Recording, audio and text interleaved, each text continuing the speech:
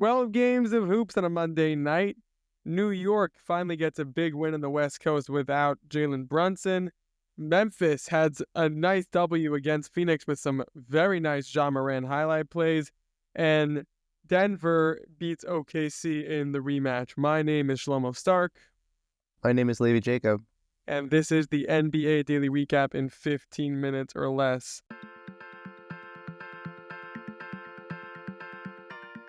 All right, Levi, we got to just run through the games today. We got 12 games, a lot to talk about. We try to do our listeners a favor and get it done in 15 minutes or less.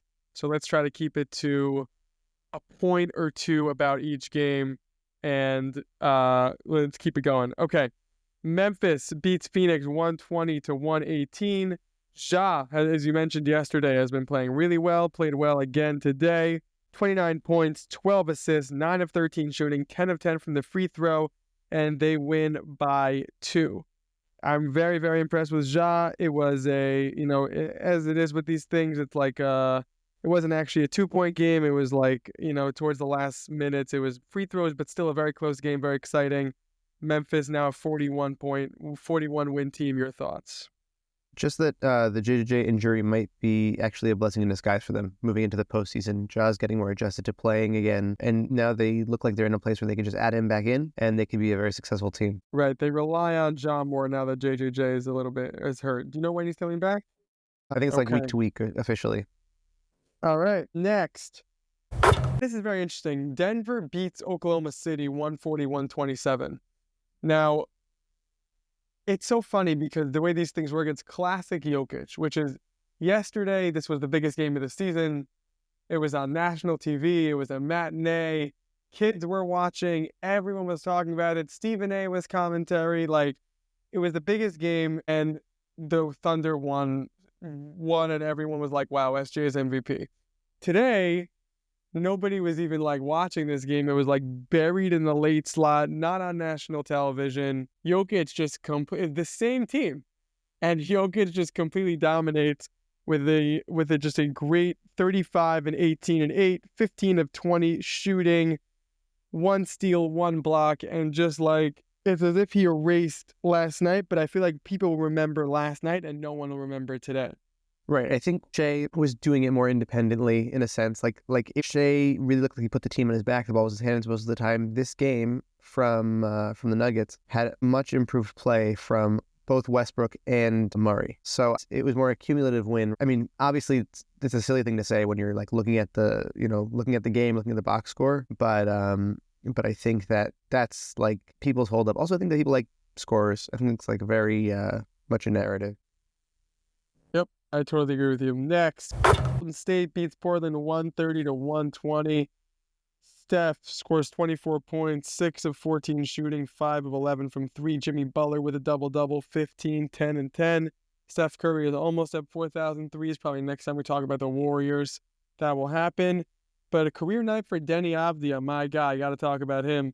34 points, 16 rebounds, 6 assists, 11 of 15 shooting, 5 of 7 from 3, and 2 steals. Not too many people have hit those numbers, especially against the Warriors. And I feel cool as a podcaster because I was walking in the street today and people go, hey man, you saw Denny's game?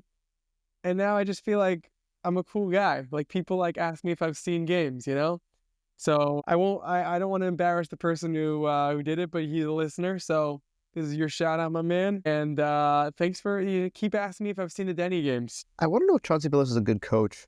Like Denny wasn't playing like this in Washington.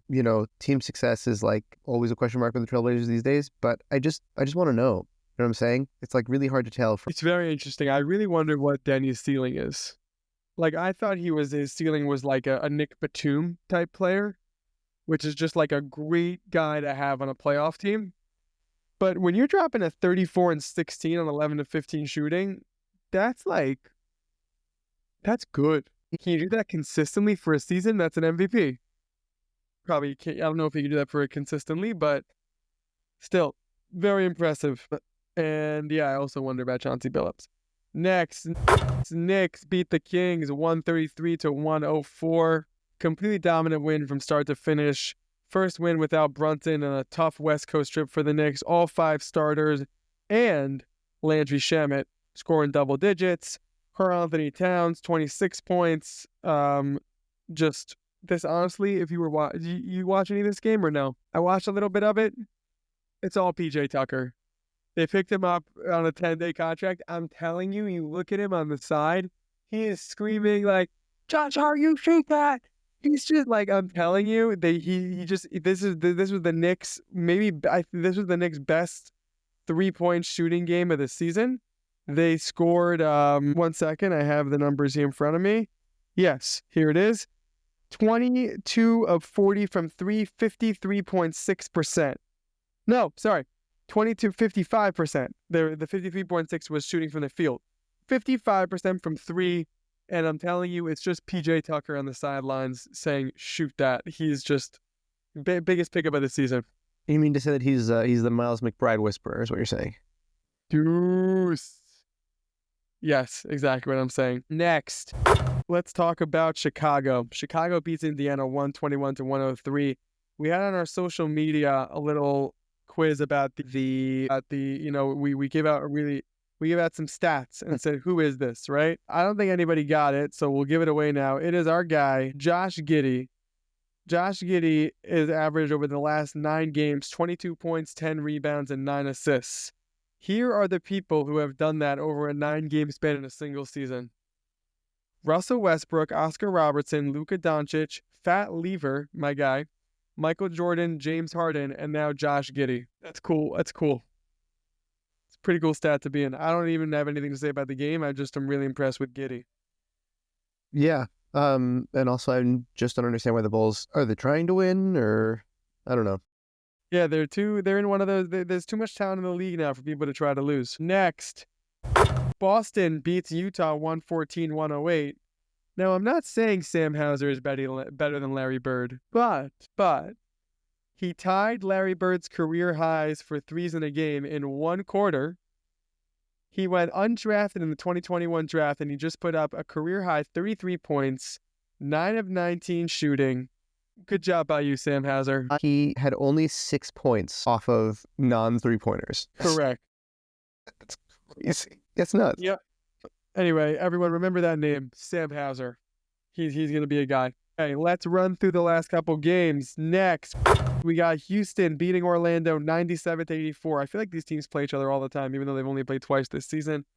Jabari Smith stars 20 points. Actually, I had him on my bench in fantasy, so that's annoying. But he led the team in scoring with 20, and the Magic just keep not looking good. I feel bad for them. Ben Caro's great, but they just keep... Franz has taken like a step back since the oblique injuries.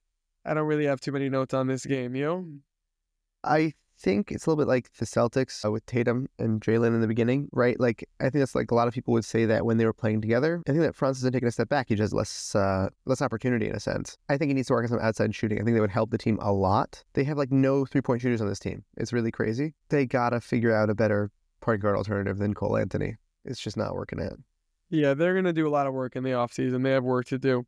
Next, Mavericks beat the Spurs 133-129. Now officially have a 500 record, 33-33. They only have 8 active players on their roster.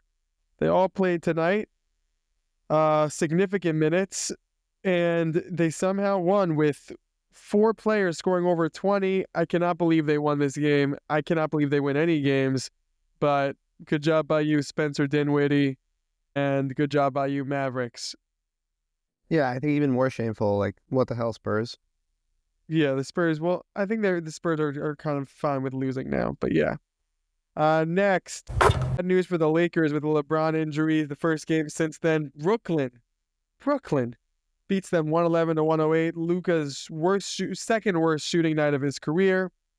He was 8 of 26, which is like I mentioned, his second worst shooting percentage of his career, which is 30%, minimum of 25 shot attempts. And yeah, it's a bad loss. The Nets were on a 7-game losing streak, and they beat the Lakers, who have Luka Doncic. That shouldn't happen. Luka still somehow finished with 22, 12, and 12, like, of course, because he's amazing.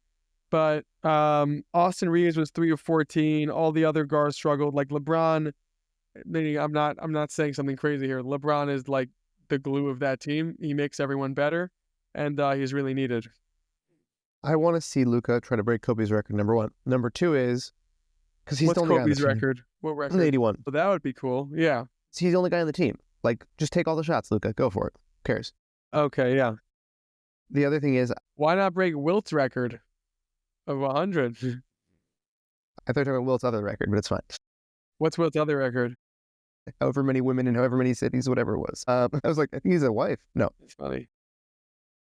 I was going to say, though, that also I wonder, this is another storyline that I'm interested in paying attention to going into the postseason is, does this facilitate, I know that they have a cushion now of, being in second seed or whatever. I think as of today, it's correct.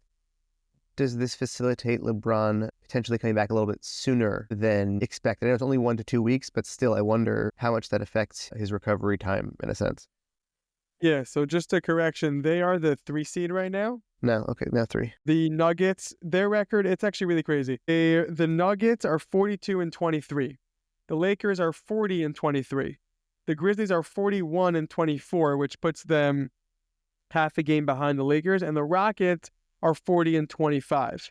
So the 3 seed and the 5 seed have the same amount of wins. So the 2 to 5 seed battle is very, that could change any night. So I do think, yeah, you might end up needing LeBron, although maybe the Lakers don't care if they're the 2 or the 5 seed. Right. The other thing that I would say is I'm also very interested to see just kind of how they're able to find who's able to step up in a sense. Right? Like now their 2 strongest points. It's interesting to see when LeBron goes out that Austin Reeves is not as productive, when you would think that what would change the offense in a way that Austin Reeves would not be able to be as productive as when LeBron is there. It's very, very interesting to kind of just see how everything interlocks. LeBron makes Austin Reeves better. There's just no doubt about that. Okay, Levi, there's 3 more games. I'm giving you 1 point for these 3 games that you can pick. Atlanta beats Philly 132-123. Charlotte beats Miami 105-102. Toronto beats Washington 119-104. Give me 1 point on one of these 3 games. That's all we got time for. Do I have to is the question.